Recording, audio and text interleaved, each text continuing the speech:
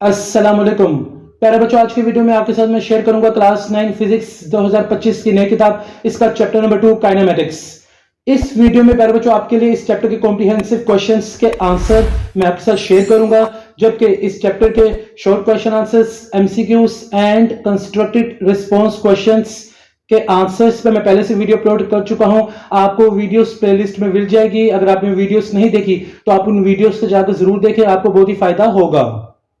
आज की video start करने से पहले मेरी आपसे रिक्वेस्ट है प्यारे बच्चों, अगर आपने मेरा चैनल अभी तक सब्सक्राइब नहीं किया तो जल्दी से मेरे चैनल को सब्सक्राइब कर लें, वीडियो को लाइक कर लें। कॉम्प्रिहेंसिव क्वेश्चंस आप देख सकते हैं। पहले बच्चों, पहला सवाल आपका 2.1, how a vector can be represented graphically explain. आपने बताने कि एक वेक्टर कैसे रिप्रेजेंट होता है, ग्राफिकली एक्सप्लेन करना है। तो प्यारे बच्चों, ग्राफिकल रिप्रेजेंटेशन की आपने हेडिंग बना देनी। A vector is represented by a straight line with an arrow at one end. एक वेक्टर रिप्रेजेंट होता है सीधी लाइन से और एरो उसके एक एंड पे होता है। The length of the line represents the magnitude of the vector while the arrow shows its direction। जो लेंथ होती है प्यारे बच्चों वो शो करती है, वो जाहिर करती है मैग्नीट्यूड वेक्टर के, और जबकि एरो जो होता है वो शो करता है उसकी डायरेक्शन। इसके बाद प्यारे बच्चों एक्सप्लेनेशन की हेडिंग आपने बना लेनी। जैसे कि आप देख सकते हैं, पॉइंट्स मैंने आपके लिए 3 बनाए। पहला पॉइंट है draw a line representing the first vector. आपने एक लाइन बनानी जो कि जाहिर कर सके, शो कर सके ये पहला वेक्टर है। दूसरा पॉइंट है draw the second vector such the head of the first vector touches the tail of the second. इस तरीके से आपने बच्चों दूसरा वेक्टर बनाना है कि जो हेड ऑफ पहले वेक्टर का वो टच कर सके tail of the second vector. ये डायग्राम आपने मस्ट बनानी है। तीसरा, the resultant vector is drawn from the tail of the first vector to the head of the last vector.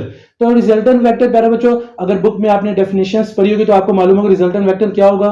Resultant vector is drawn. अब resultant vector आपका कैसे बनेगा प्यारे बच्चों, वो टेल होगा फर्स्ट वेक्टर के, वो उससे ड्रॉ होगा कहां तक, head of the last vector के हेड तक ड्रॉ होगा।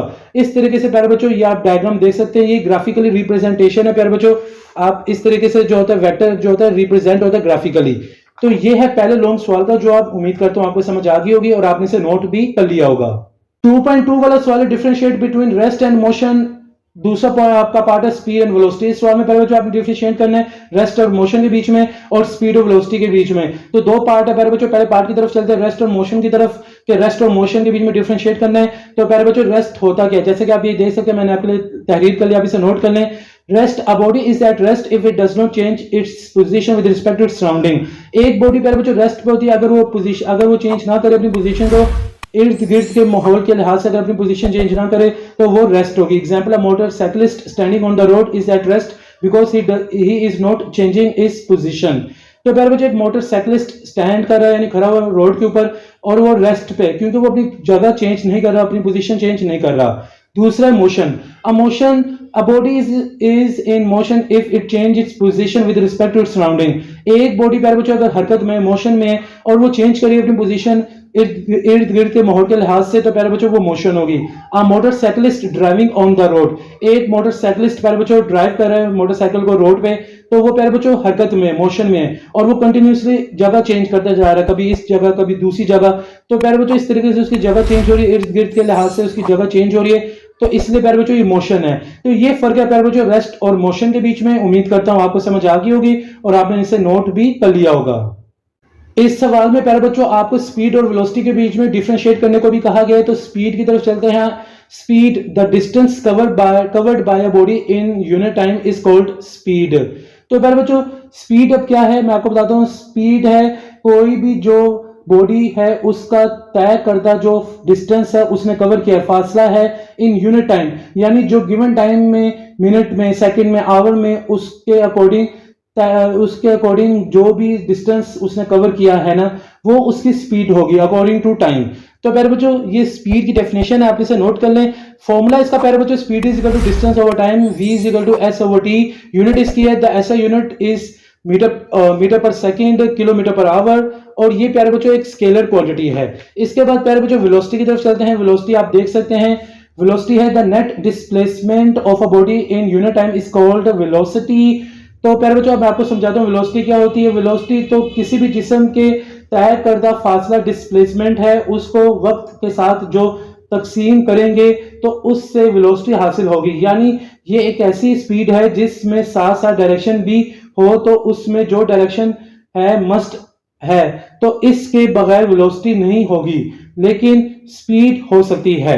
तो प्यारे बच्चों, अब आपके साथ मैं वेलोसिटी का फॉर्मूला शेयर करता हूं। वेलोसिटी का फॉर्मूला आप देख सकते हैं, वेलोसिटी का फॉर्मूला डिस्प्लेसमेंट ओवर टाइम। तो इसको हम लिखेंगे इस तरीके से, v is equal to distance small d divide by small T.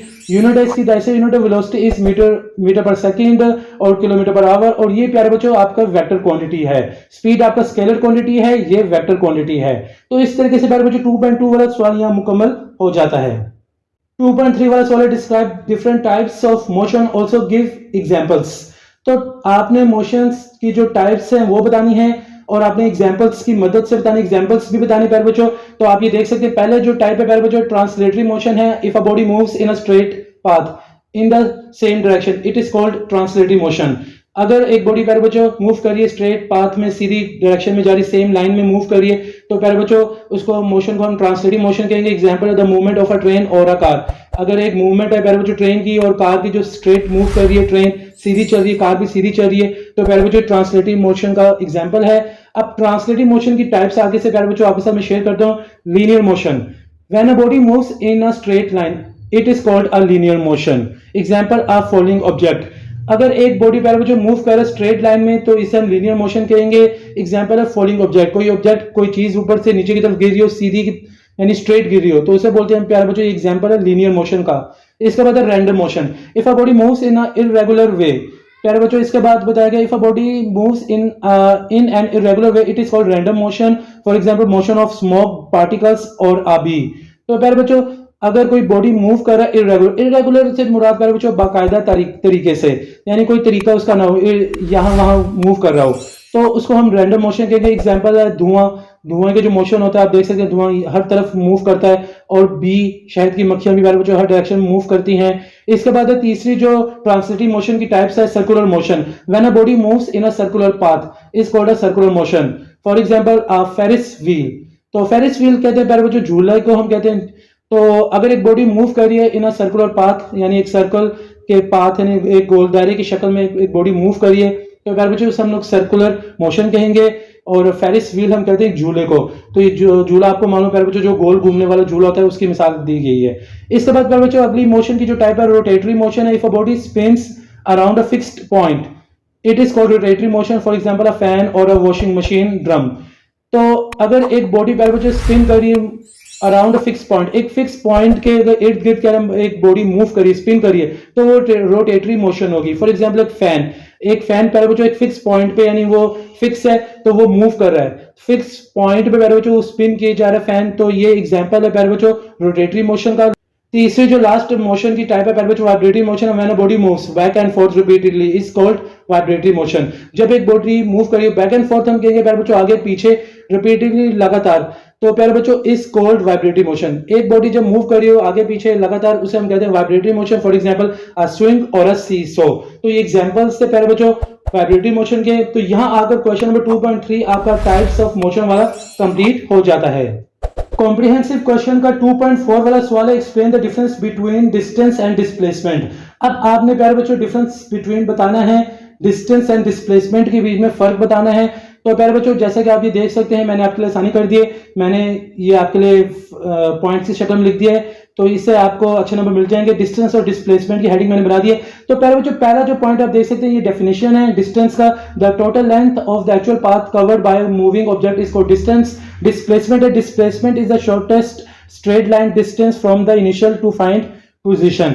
तो प्यारे बच्चों अगर इसकी डेफिनेशंस की सिर्फ मैं बात करूं डिस्टेंस और डिस्प्लेसमेंट की, तो कंस्ट्रक्टिव रिस्पांस क्वेश्चन का आप ये सवाल देख रहे हैं 2.1, इसमें मैंने बहुत ही डिटेल में आपको बताया कि डिस्टेंस और डिस्प्लेसमेंट में क्या फर्क है, ये दोनों होते क्या है, एग्जांपल की मदद से मैंने समझाया। आप इस सवाल को जाकर देखें, आपको इनकी डेफिनेशन समझ आ जाएगी और आपको बहुत ही अच्छी तरीके से इनमें फर्क भी पता चल जाएगा। दूसरे पॉइंट की तरफ चलते हैं प्यारे बच्चों, it is a scalar quantity. ये स्केलर क्वांटिटी है, यानी इसमें सिर्फ मैग्नीट्यूड होता है, जबकि डिस्प्लेसमेंट है ये वेक्टर क्वांटिटी है, इसमें बहुत मैग्नीट्यूड एंड डायरेक्शन होता है, जरूरी है। तीसरा point, distance is always positive, distance हमेशा पॉजिटिव होता है, जबकि डिस्प्लेसमेंट आपका पॉजिटिव भी हो सकता है, नेगेटिव भी हो सकता है और जीरो भी हो सकता है। लास्ट पॉइंट है प्यारे बच्चों, distance is always equal to और ग्रेटर देन डिस्प्लेसमेंट। डिस्टेंस हमेशा इक्वल हो सकता है या ग्रेटर हो सकता है डिस्प्लेसमेंट के, जबकि डिस्प्लेसमेंट इज ऑलवेज इक्वल और टू इक्वल टू और लेस देन डिस्टेंस, जबकि डिस्प्लेसमेंट आपका हमेशा इक्वल होता है या लेस होता है डिस्टेंस के। तो प्यारे बच्चों ये था differentiate between distance and displacement वाला सवाल। उम्मीद करता हूं आपको समझ आ गई होगी सवाल की और आपने सवाल के जवाब को भी नोट कर लिया होगा। 2.5 वाला सवाल है प्यारे बच्चों आपका, what do gradients of 2.5 what do gradients of distance time graph and speed time graph represent. तो प्यारे बच्चों ग्रेडियंट का मतलब है स्लोप, उनकी जो स्लोप है ये पूछा गया प्यारे बच्चों distance time graph and speed time graph represent करें, शो करें, एक्सप्लेन इट ड्राइंग डायग्राम्स। तो प्यारे बच्चों आपने डायग्राम की मदद से एक्सप्लेन करना है। जवाब की तरफ चलते हैं प्यारे बच्चों, आप ये हेडिंग पहले आपने बनानी है gradient of distance time graph. तो पहले हम डिस्टेंस टाइम ग्राफ की बात करते हैं। तो the gradient slope of distance time graph represents the average speed of the body. तो डिस्टेंस टाइम ग्राफ का जो स्लोप होगा प्यारे बच्चों वो एवरेज स्पीड जो होगा रिप्रेजेंट करेगा, शो करेगा उसे average speed of the body को। तो ये पॉइंट है पहला, consider a distance time graph for a uniform motion. आपने पहले बच्चों पहले कंसीडर किया कि एक डिस्टेंस टाइम ग्राफ है यूनिफॉर्म मोशन के लिए। दूसरा पॉइंट है select 2 point at times t1 and t2 where distance s1 and s2। आपने दो मुख्तलिफ पॉइंट लिए जिसमें टाइम t1 और t2 है और डिस्टेंस s1 s2। आपने डायग्राम मस्ट बना लेना, पहले बच्चों आपको नजर आ रहे हैं। तीसरा point distance covered in interval is equal to s is equal to s2 minus s1। Time taken है t is equal to t2 minus t1। इसके बाद पहले बच्चों ये फोर्थ पॉइंट था। पांचवा पॉइंट है पहले बच्चों लास्ट पॉइंट है ग्रेडियंट फॉर्मूला। तो ये फॉर्मूला आपने याद करना है, फिर सवाल आपका हल हो सकेगा। Slope is equal to s2 minus s1 divide by t2 minus t1। तो पहले बच्चों slope is equal to s divide by t। हम इस तरीके से भी इसे लिख सकते हैं, s2 माइनस s1 की जगह s आ जाएगा, t2 माइनस t1 की जगह t आ जाएगा। Slope is equal to velocity average speed. तो प्यारे बच्चों ये आपका यहाँ मुकम्मल हो गया, क्योंकि शुरू में बताया गया था कि ये जो the gradient of a distance time graph represent the average speed of the body. तो प्यारे बच्चों slope is equal to average speed, thus the gradient of a distance time graph gives speed. तो इस तरीके से प्यारे बच्चों आपका जो पहला पार्ट है इस सवाल का वो कंप्लीट यहाँ हो जाता है। दूसरे पार्ट की तरफ चलते हैं। दूसरा पार्ट में पहले कुछ आपको पूछा गया ग्रेडियंट यानी जो स्लोप आपने बताना है स्पीड टाइम ग्राफ का। तो इसमें पहले बच्चों आपने ये नोट कर लें, आपका जो फाइनल जो आंसर है वो ये होगा, the gradient of speed time graph represents the average acceleration of a body of the body. तो पहला पॉइंट है consider the speed time graph. आपने कंसीडर किया स्पीड टाइम ग्राफ को एट टाइम्स t1 और t2 the speeds are v1 and v2। यहाँ speed की बात करनी है प्यारे बच्चों, तो इसे हम v1 और v2 लिखेंगे। चेंज इन स्पीड, तो delta v is equal to change in velocity is equal to v2 minus v1। Diagram आपने ये भी जरूर बनाना है, डायग्राम के बगैर प्यारे बच्चों आपको अच्छे नंबर नहीं मिलेंगे ग्राफ के। तो इसके बाद अगला पॉइंट है time taken is equal to t is equal to t2 minus t1। Gradient का फॉर्मूला प्यारे बच्चों यहाँ हो जाएगा v2 minus v1 divide by t2 minus t1। तो स्लोप का प्यारे बच्चों लिखेंगे change in velocity change in speed is equal to change in speed divide by time हो जाएगा प्यारे बच्चों, ये स्लोप का फॉर्मूला बन जाएगा। जबकि आपका ये बन जाएगा फाइनल फॉर्मूला हो जाएगा slope is equal to acceleration average acceleration, thus the gradient of a speed time graph gives acceleration. तो प्यारे बच्चों gradient of speed time graph आपको शो करेगा, रिप्रेजेंट करेगा एक्सेलरेशन को। इस तरीके से प्यारे बच्चों ये ग्राफ वाला सवाल, ग्रेडियंट वाला सवाल, स्पीड टाइम वाला और दूसरा जो आपको पूछा गया था प्यारे बच्चों डिस्टेंस टाइम ग्राफ वाला सवाल यहाँ कंप्लीट हो जाता है। 2.6 आपका सवाल है प्यारे बच्चों, prove that the area under a speed time graph is equal to the distance covered by an object. आपने प्रूफ करना प्यारे बच्चों एरिया जो स्पीड के टाइम ग्राफ में हुआ है वो प्यारे बच्चों अंडर स्पीड टाइम ग्राफ है वो इक्वल है distance covered by your object. तो इसके आंसर के लिए प्यारे बच्चों आपको प्रूफ करना होगा, कुछ केसेस की मदद से मैंने सवाल आपके लिए सोल्व किया है। Case number 1, object moving at constant speed, when an object moves at a speed v from time t the distance covered is. तो प्यारे बच्चों बताया कि जब एक ऑब्जेक्ट मूव करो स्पीड v के टाइम t के तो डिस्टेंस हो जाएगा s is equal to v multiply by t। तो प्यारे बच्चों the area under the speed time graph is a rectangle with length and width. तो प्यारे बच्चों यहाँ आपने प्यारे बच्चों बता दी लेंथ आपकी t है और विड्थ आपका v है। तो ये आपने डायग्राम जरूर बनाना है। एरिया ऑफ रेक्टेंगल का फॉर्मूला हमें मालूम है, area is equal to length multiply by width t multiply by v। So s is equal to a is equal to v multiply by t vt।